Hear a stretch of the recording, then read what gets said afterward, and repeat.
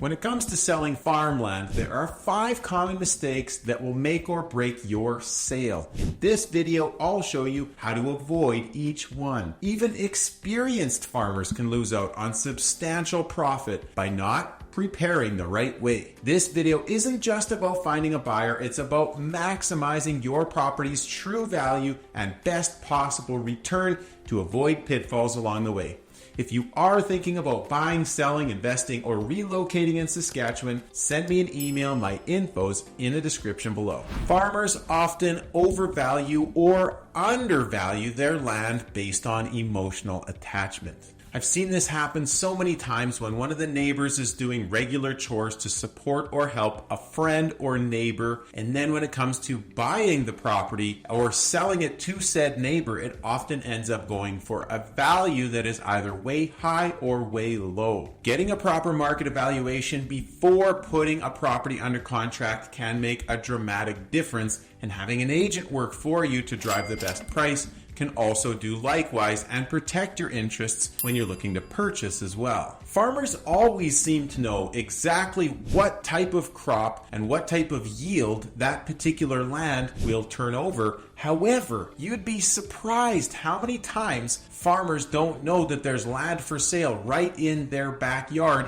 even if it's been on the market for several days or several weeks. So the same is of course true for what's happened in recent sales in the area over a 3-month, a 6-month, or even a 12-month period of time. I've also seen it happen where a premium plus pricing comes in on an offer for a piece of farmland where a seller has mentioned some interest in selling and turned down that offer for sentimental reasons, even though their intent to sell is genuine, only to find out later that the next best offer for that particular property is 50% of what it was when that premium offer came through, and trying to duplicate that might be next to impossible. Land value is of course based on a variety of factors: location, soil quality, market conditions, and potential for development. You can hire an appraiser or an agent to come in and give you an evaluation, and similar to when you're evaluating a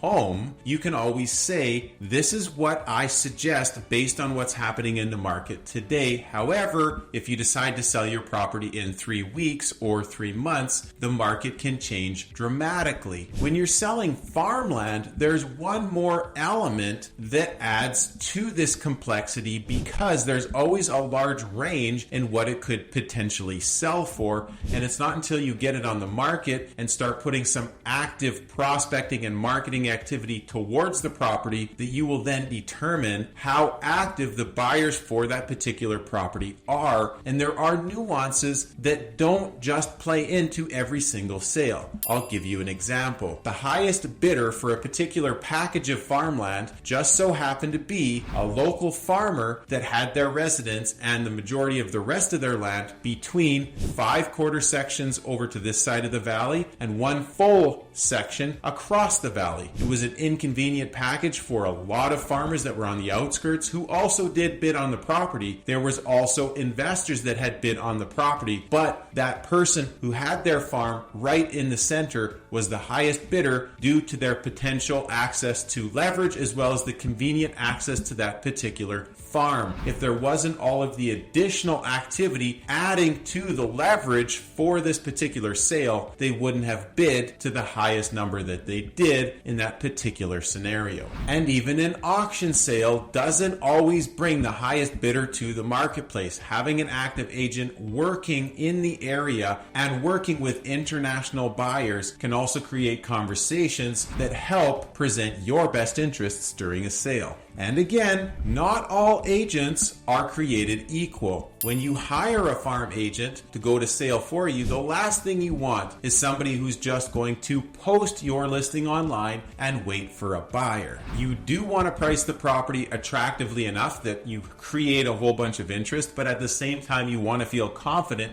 you're not leaving money on the table. And yes, there might be 1 or 2 neighbors that you really don't want to sell to, but if you don't don't fully expose it to the market and have offers come in, you have less leverage when it comes to negotiating best price with the buyer that you end up choosing in the end. And when you're selling farmland, I've seen this happen so many times. You have a handshake deal or an agreement with one of your neighbors or a potential buyer, and when it comes to sign at the lawyer's office, somebody changes their mind or somebody changes their price, and everything starts to unravel. When you work with an agent, we know that a deal is not a deal until acceptance has been signed and communicated in writing, and our job is to make sure that we execute contracts in a timely manner and collect a significant earnest money deposit to make sure that things don't go sideways, and if they do, you have some repercussions. Many farmers also miss out on modern marketing strategies, such as online listings, drone footage, professional photography, etc. A good real estate agent is going to also expose the property to online platforms, social media, and industry-specific networks